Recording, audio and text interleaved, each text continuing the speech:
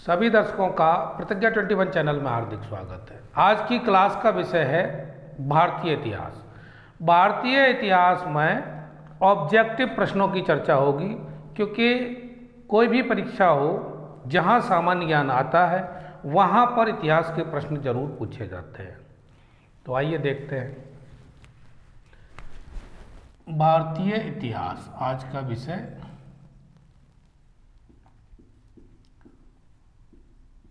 और पहला प्रश्न लिया है, गुरु नानक ने अपना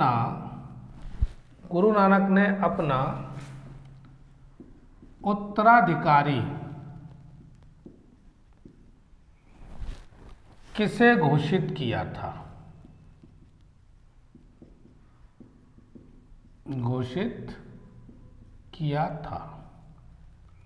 भाई पहला सवाल है ये, गुरु नानक ने अपना उत्तराधिकारी किसे घोषित किया था?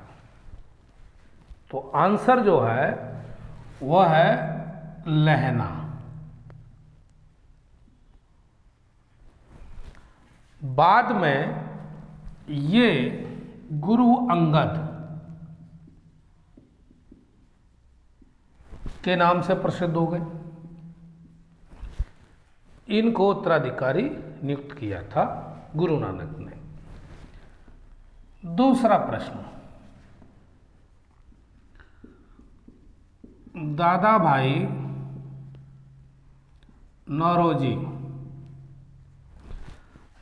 नौरोजी ने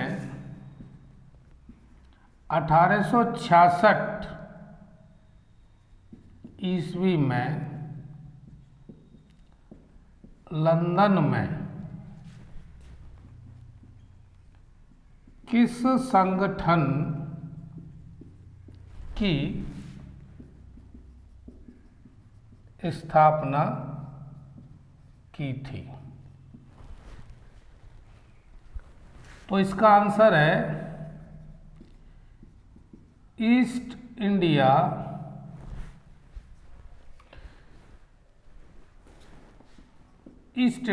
एसोसिएशन।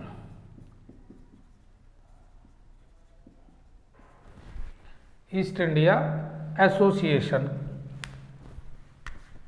की स्थापना 1866 में दादा भाई नौरोजी ने की थी, वह भी लंदन में की थी। और एक अंग्रेज अधिकारी जो रिटायर्ड, उनकी मदद से।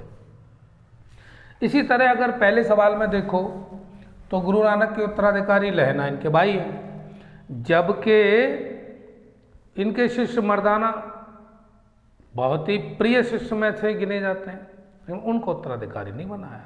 किसको बनाया? लहना को। तीसरा सवाल है जी,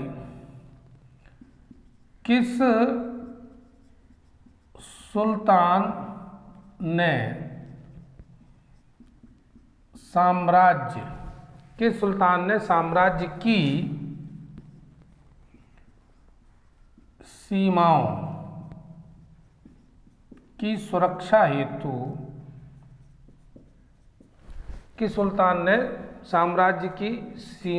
सुरक्षा हेतु विशेष सेना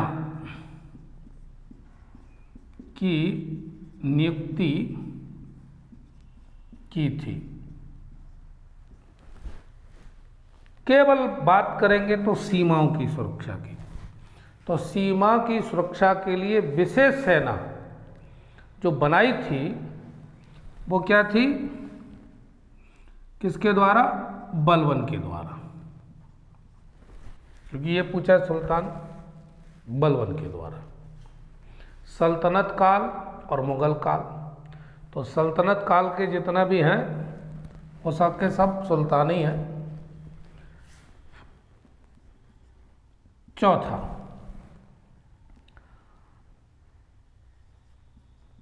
आचारांग सूत्र का संबंध जो है वो है किससे? जैन धर्म से।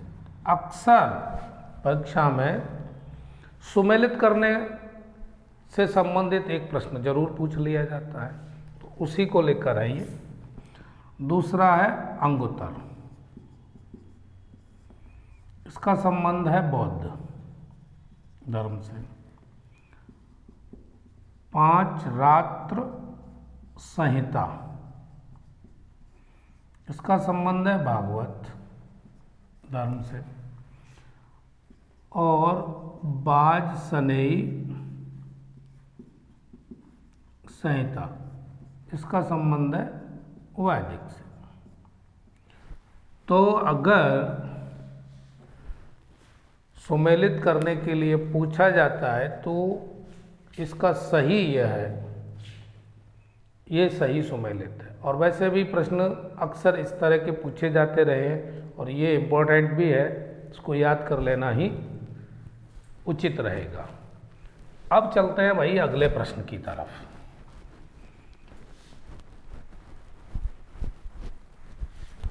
अगला प्रश्न है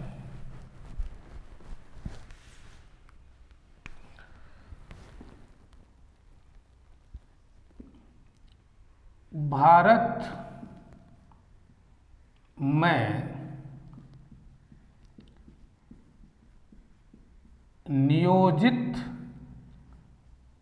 विकास, भारत में नियोजित विकास का विरोध किसने किया था? तो उसमें एक ऑप्शन है, तो आंसर इसका होगा महात्मा गांधी। गांधी जी ने नियोजित विकास का विरोध किया था। अब नियोजित का क्या मतलब है? अब जो पंचवर्षीय योजनाएं लागू हुई थी भारत में, ये क्या था? नियोजित ही जो था, पूरी प्लानिंग के साथ कि अगले 5 वर्ष के लिए ये करेंगे, अगले 5 वर्ष में ये करेंगे। तो 5-5 वर्ष की पंचवर्षीय योजनाएं शुरू की गई, हालांकि अब उनको समाप्त कर दिया गया है। अगला प्रश्न, भारतीय जल सेना अधिनियम, भारतीय जल सेना अधिनियम कब आया भाई? ये आया 1927 में। उसके बाद सविनय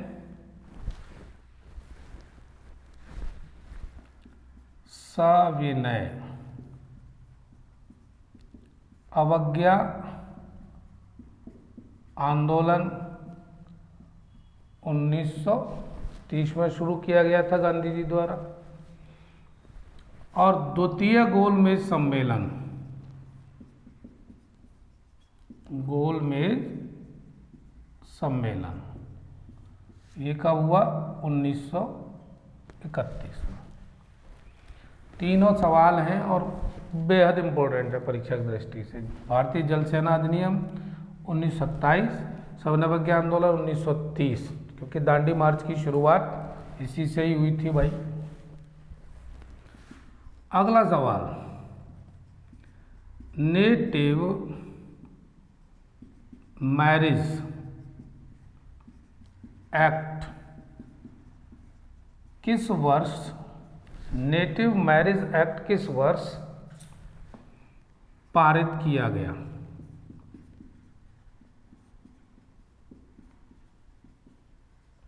तो इसका आंसर है 1872। नेटिव मैरिज एक्ट किस वर्ष पारित किया गया? वो है 1872। नेक्स्ट क्वेश्चन, जौनपुर राज्य का अंतिम शासक कौन था? आंसर हुसैन शाह।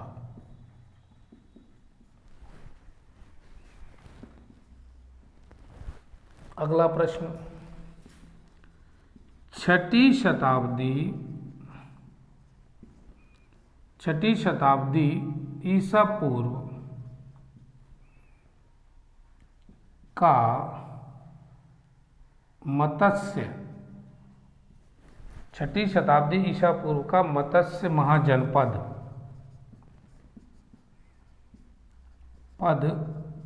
कहाँ स्थित था? तो वो था आंसर राजस्थान। 16 महाजनपद थे।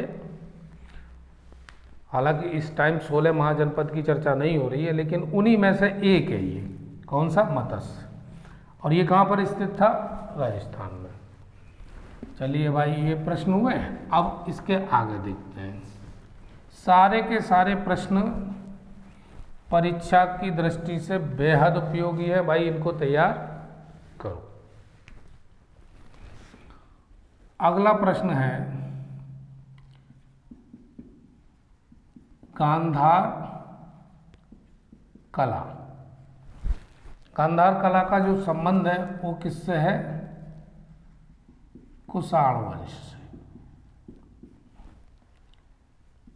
अगला प्रश्न है, जूनागढ़ अभिलेख। जूनागढ़ अभिलेख का संबंध किससे है? रुद्रदामन प्रथम। मिलिंद पन्हो, मिनांडर। तक्षशिला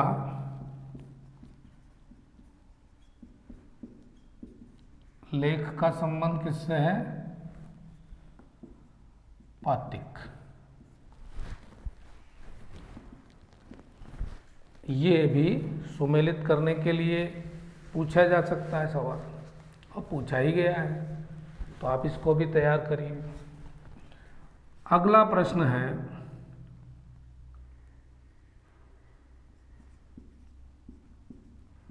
किस समाज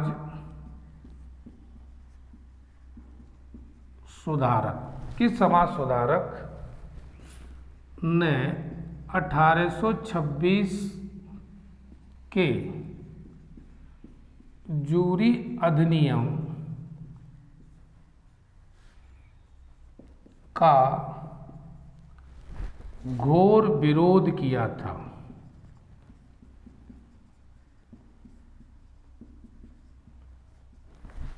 किस समाज सुधारक ने 1826 के जूरी अधिनियम का घोर विरोध किया था? तो वो था आंसर इसका राजा राममोहन राय। राजा राममोहन राय। अगला सवाल, डचों ने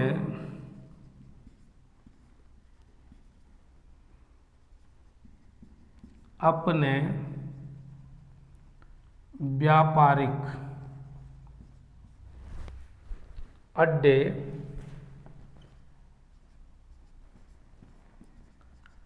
कहाँ स्थापित किए थे? डचों ने अपने व्यापारिक अड्डे कहाँ स्थापित किए थे? हालांकि ये सारे तो नहीं पूछे जा रहे, लेकिन अगर सारे याद हैं तो पता रहेगा कि कौन सा नहीं, क्योंकि ऑब्जेक्टिव प्रश्न बनता है, तो इसलिए पूरा तैयार कर लीजिए इसको। बहुत सारे यूरोपियन लोग आए, जैसे अंग्रेज भी आए, पुर्तगाली भी आए, है ना, और डच भी आए। तो यहाँ बात केवल डच की हो रही है। तो एक था नागपट्टनम, दूसरा चिंसोरा, तीसरा मछली पट्टनम, और चौथा सूरत, पांचवा है भरूच, छठवां आगरा, कोचीन, अहमदाबाद,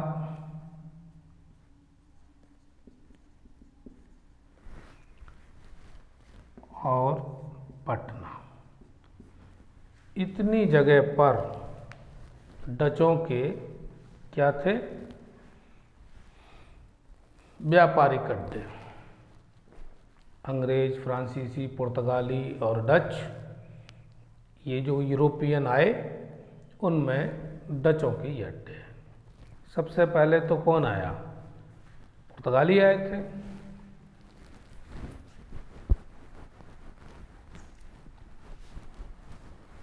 अब चलिए भाई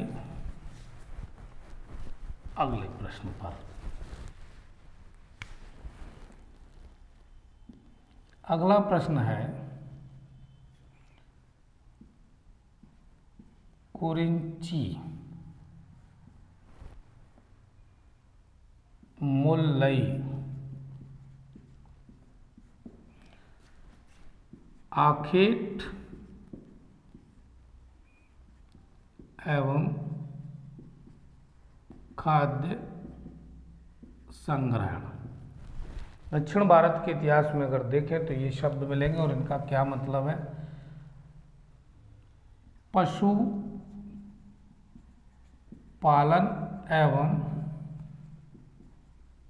खाद्य उत्पादन, मैच करने के लिए आता ही ये प्रश्न। अगला है नेडल, इसका है मत्स्य ग्रहण एवं नमक उत्पादन। अगला है मरुदम,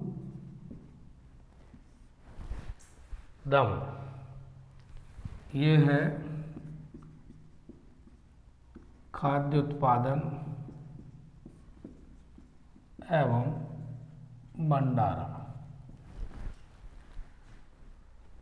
ये जो शब्द है इनका सही मिलान ये है। अगला है प्रश्न, तमिल काव्य में आगम वर्ग की कविताएं किसकी प्रशंसा में लिखी गई हैं? तो आंसर है भगवान शिव।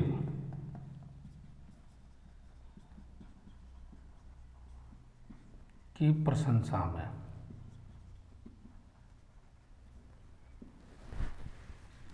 दक्षिण भारत के इतिहास में ये मिलेगा और इसमें ये अक्सर परीक्षा में पूछे जाते हैं, तो भाई इनको भी तैयार किया जाए, बहुत उपयोगी है ये। आगे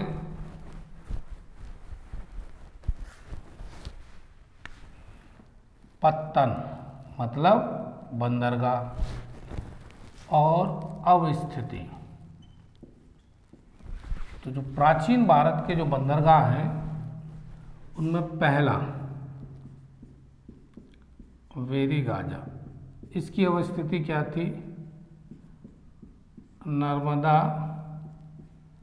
नदी के मुहाने पर। बात करें तो गुजरात। परीक्षा में तो यही आएगा कि इसकी स्थिति कहाँ पर है, तो वेरीगाजा कहाँ पर था, वही है। दूसरा मुजरिस, ये बंदरगाह मालाबार तट। तीसरा सोपारा, ये तो शब्द हाल फिलहाल में भी सुनने को मिल ही जाता है। वर्तमान मुंबई का तट।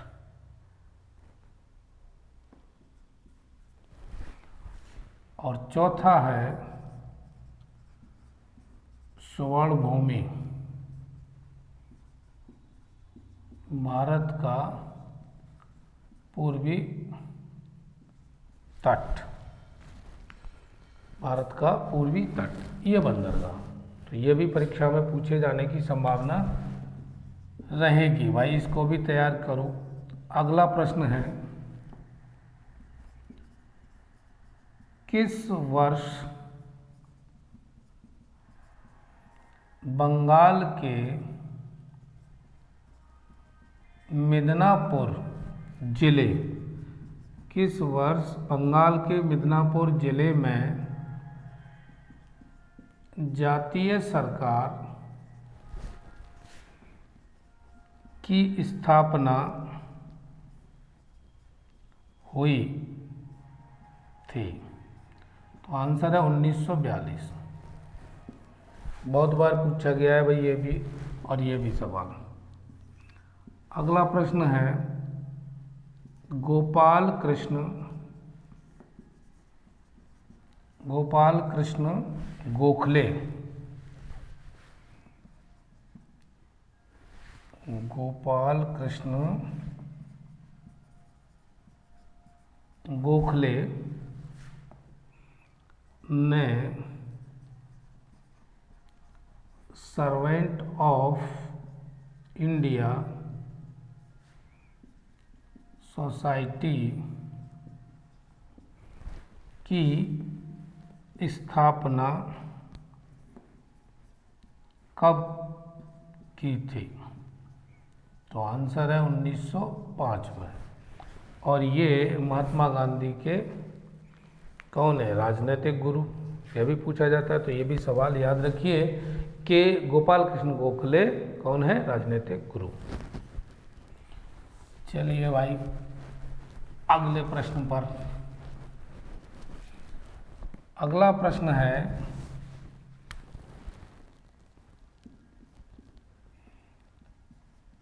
श्रमण का संबंध है अवैदिक सन्यासी। दूसरा उपासक, गृहस्थ, आराधक।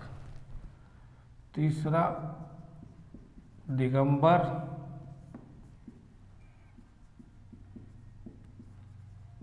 आकाशव्रत। बोधिसत्व, दया एवं करुणा के लिए विख्यात। देखो भाई सवाल तो सवाल है, परीक्षा में कैसे बन रहा है, लेकिन आपको इन शब्दावली का सही मतलब तो पता होना चाहिए ना। तो ये हमारा कर्तव्य है, तो हम तैयार कर रहे हैं इसको, और आप भी तैयार करिए। अगला है सवाल, सांची स्तूप,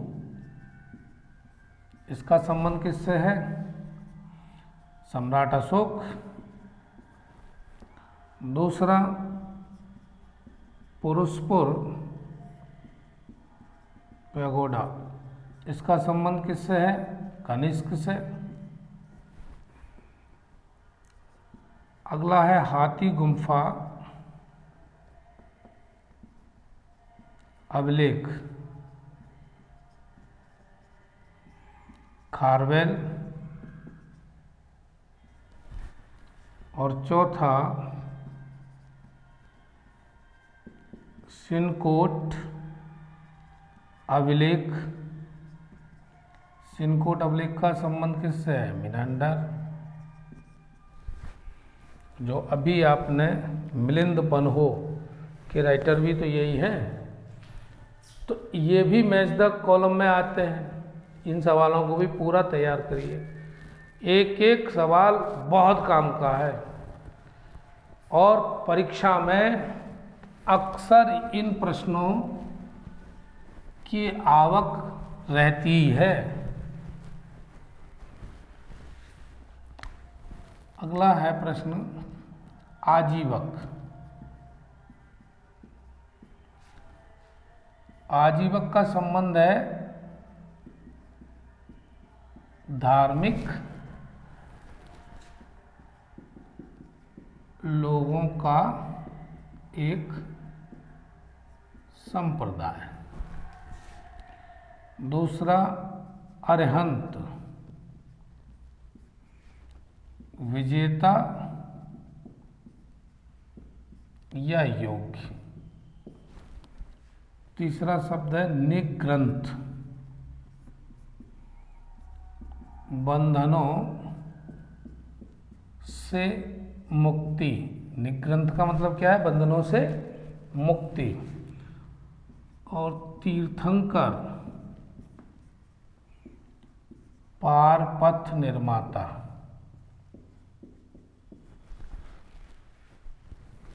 अगला प्रश्न वेदिका से घिरा। वेदिका मतलब यज्ञ की वेदी। वेदिका से घिरा वृक्ष। वेदिका से घिरा वृक्ष प्रतीक किस वंश के सिक्कों पर मिलता है? तो भाई इसका आंसर है मौर्य वंश के आहत सिक्कों पर। जो मौर्यकालीन आहत सिक्के हैं उन पर ये प्रतीक मिलता है, वेदिका से घिरा वृक्ष। अगला प्रश्न है सम्राट अशोक के अभिलेखों। सम्राट अशोक के अभिलेखों में प्रयुक्त भाषा। भाषा मतलब लिपियां, यहाँ भाषा शब्द नहीं, लिपियां कौन कौन सी हैं? नंबर 1 तो ब्राह्मी, नंबर 2 खरोष्टी, और नंबर 3 जो है आर्माइक, और चौथे नंबर पर आती है ग्रीक। सम्राट अशोक के जितने भी अभिलेख हैं उनमें इन 4 प्रकार के लिपियों का प्रयोग हुआ है। कहीं कोई है, कहीं कोई लिपि, लेकिन हुआ है इन्हीं 4 प्रकार की लिपियों का प्रयोग।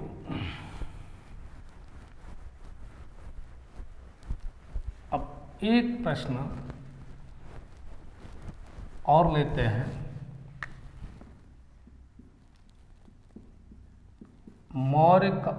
मौर्य शासक जिसने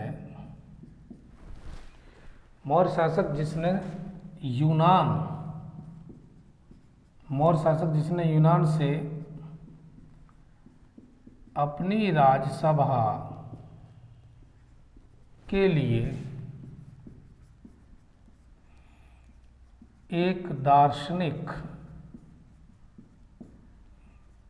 की मांग की थी।